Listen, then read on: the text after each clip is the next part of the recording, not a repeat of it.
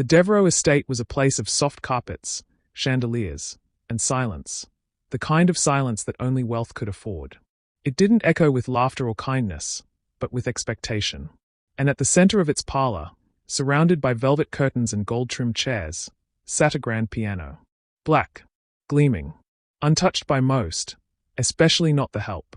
Lisette Arinya dusted that piano every morning. Her small brown hands moved with care, tracing the keys she wasn't allowed to press. Not even once. Not even by accident. The rules were clear. Maids were not to linger. Not to look too long.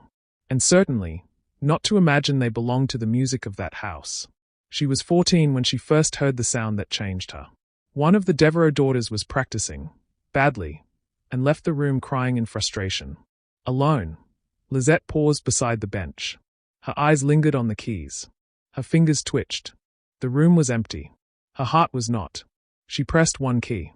The note rang out like a secret, warm and alive. Her chest tightened with something she couldn't name. It was the first time anything in that house had answered her back. Lisette's mother, Maid Arinya, had worked for the Devereux family since before Lisette was born.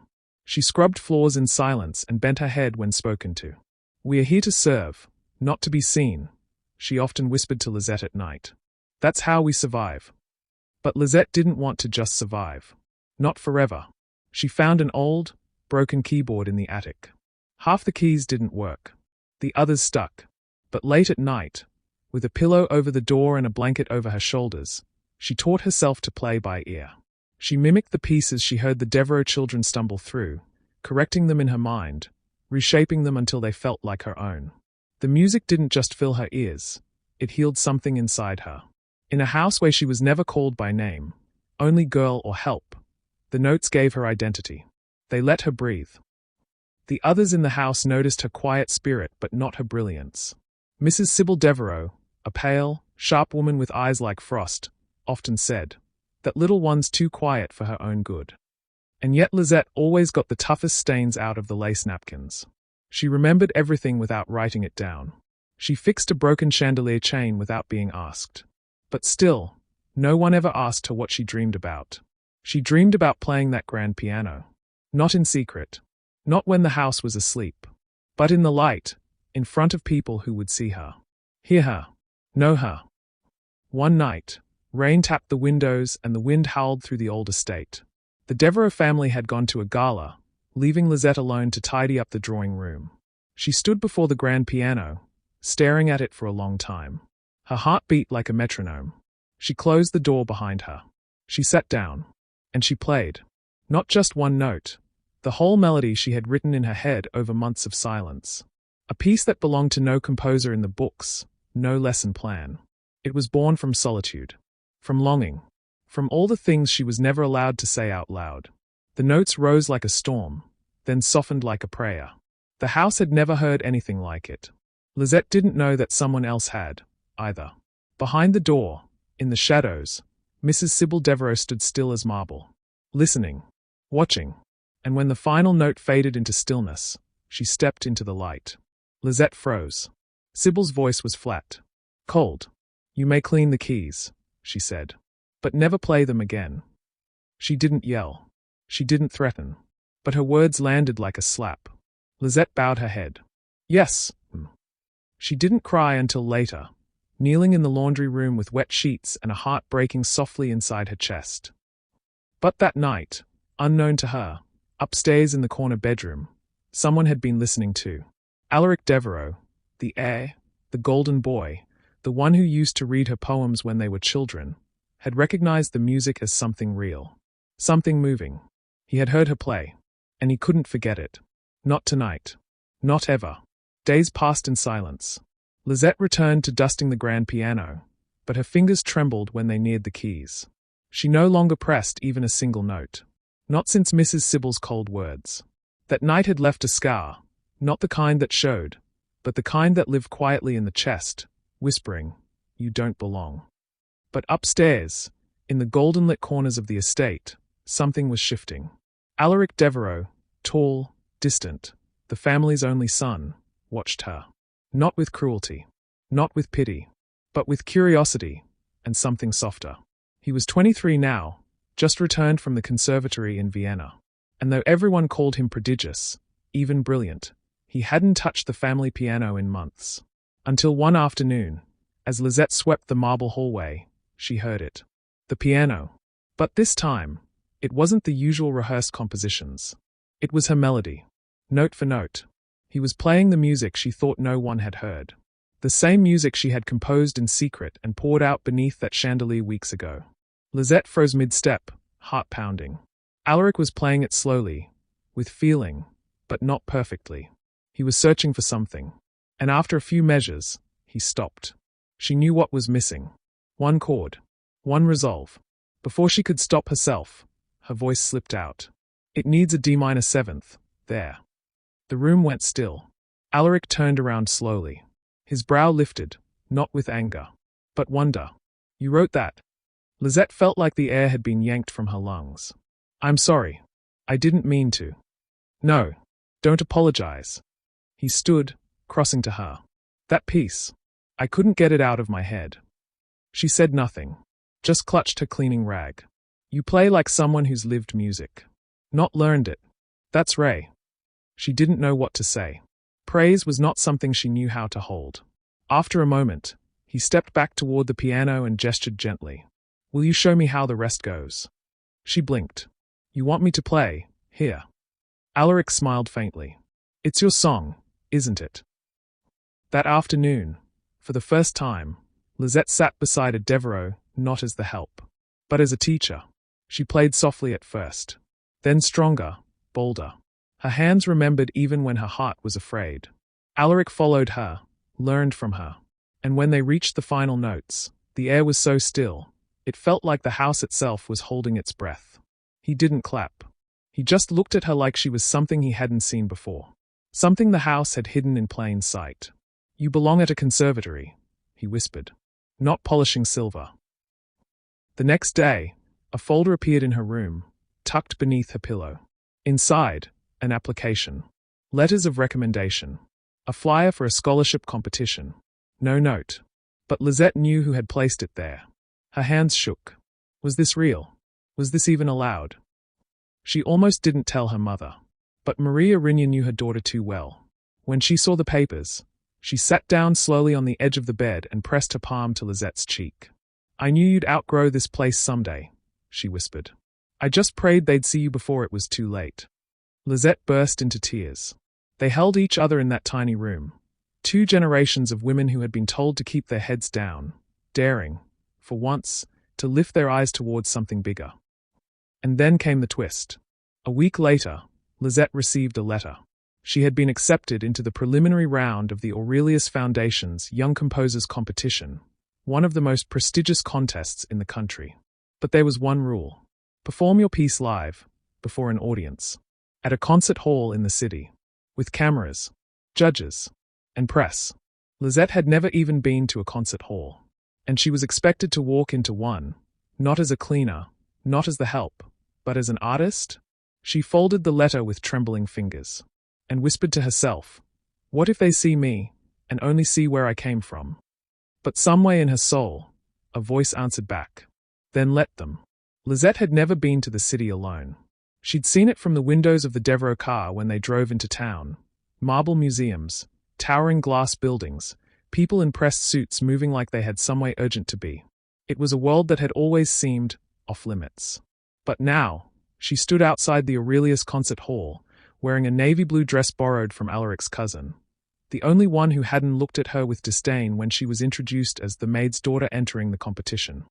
Inside, the building shimmered with light and whispers. Contestants milled around in tailored jackets and silk gowns.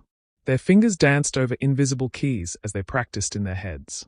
Their names appeared on screens, sons of concert pianists, daughters of symphony directors. Lisette's name, when it appeared, made a few heads turn. And then, smirk. Is she here to clean? One girl whispered. She's just here for the experience, another boy muttered. She heard them all. She didn't flinch. Backstage, the nerves came. Her hands, steady in the Devereux halls, trembled under the fluorescent lights. She paced. Saturday. Stood again. Her heartbeat echoed louder than the music coming from the stage. Then someone tapped her shoulder. It was Professor Elijah Voss, one of the judges. Older, stern, eyes that missed nothing. "You're the one who submitted Nocturne for the Forgotten Wing," he said. She nodded. He studied her for a long moment. "That composition," he said. "It sounded like someone grieving something they were never allowed to name." Lisette swallowed. "I wrote it in a room no one was supposed to hear." He nodded, then said something she never expected. "Good. That means it came from some way honest." Her name was called. The stage was bigger than she'd imagined. The grand piano looked massive beneath the golden spotlight, like a test she was about to fail in front of everyone. She walked to the bench slowly. Saturday. Took one breath. Then another. She could feel the eyes on her. The whispers about the girl with the borrowed dress and the unsure hands. She placed her fingers on the keys and began to play. At first, her hands shook. She missed a note. Her chest tightened. But then, she remembered. Her mother's humming while folding sheets. Her own tiny hands learning to mimic the sounds of rain on windows. The chandelier light above the Devereux piano. The smell of lemon polish and hidden dreams. And suddenly, her fingers flowed like water. Her song told a story no one in the audience had ever lived, but somehow, everyone felt. It was about longing. Dignity. A staircase you could scrub every day and never climb. It was about finding beauty in silence, and hope in the corner of a room no one looked at. By the time she struck the final chord, that aching, quiet D minor seventh, the concert hall was still. Even the judges didn't move. Then, applause. Not thunderous, but real. One woman stood. Then another. Lisette didn't smile. She simply bowed her head, as tears slipped silently down her cheeks. Not because they clapped, but because she hadn't shrunk. As she walked off the stage, a girl who had mocked her earlier stepped aside, eyes wide.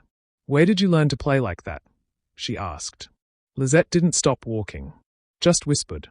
"I didn't learn it. I lived it." And just before she reached the exit, someone caught her arm. It was a woman in a burgundy coat, her silver hair wrapped in a soft twist. She pressed a card into Lisette's hand and said with a knowing smile, "I run the New York Conservatory. If you're not already taken, I want you." Years passed. Lisette never returned to the Devereux home. Not even when her name started appearing on concert programs and magazine covers. Not even when her music was played in cathedrals she once only cleaned. She thought she had buried that house. The smell of bleach, the quiet humiliations, the piano that had both betrayed and cradled her. But fate, it seemed, wasn't finished. One summer afternoon, a letter came. Estate sale, 312, Marrow Drive. Contents and property to be auctioned due to foreclosure.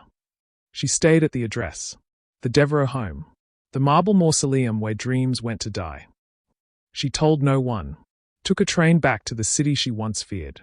When she arrived, the house looked like a wounded relic, shutters falling, weeds climbing the iron gate. A for sale sign leaned crooked on the once perfect lawn. She stepped through the threshold slowly, the dust thick and choking. The grand piano was still there. Silent, untouched. Lisette walked over and placed her fingers gently on its keys. They didn't respond like they used to. The ivory had yellowed. A few were chipped. But she played a single note, a soft C, and the sound rang through the empty halls like a ghost waking up. That was when she felt it. Her mother's spirit. Anna Drakesai had passed quietly, years ago, in a hospice bed too small for a woman who carried so much grace. She never saw Lisette's Carnegie Hall debut. But before she died, she'd left something in a sealed envelope, entrusted to Alaric. A deed. A savings account. A single sentence scribbled in her fine cursive. If she ever comes back, give her what they tried to keep from her. Anadra had been saving every tip. Every crumpled bonus. Every leftover coin from errands they made her run. Quietly. Without permission. She had bought shares in the property the moment Devereux finances collapsed. Lisette stood in the old study, holding the deed in her hand. The house now belonged to her. But she didn't want the house. She wanted something better. So she called the woman in Burgundy, the one from the conservatory who had once said, "If you're not already taken, I want you." They worked together. Months of planning. Renovations. Grants. Donations from alumni and artists who had heard Lisette's story. 1 year later, a new plaque was unveiled on the iron gate. The the Kesai House of Music and Memory, a conservatory for underrepresented youth in classical music. The grand piano stayed in the main hall, restored to glory. But now, it echoed with laughter, mistakes, triumphs, and second chances. Children played the same keys Lisette once touched in secret. Only now, they played them loud. And on the first day of classes, a new student, a nervous black girl with wild curls and a binder full of dreams, walked through the door. She paused under the plaque, looked up at Lisette. "Are you the one who used to clean here?" Lisette smiled gently. "No," she said. "I'm the one who unlocked it."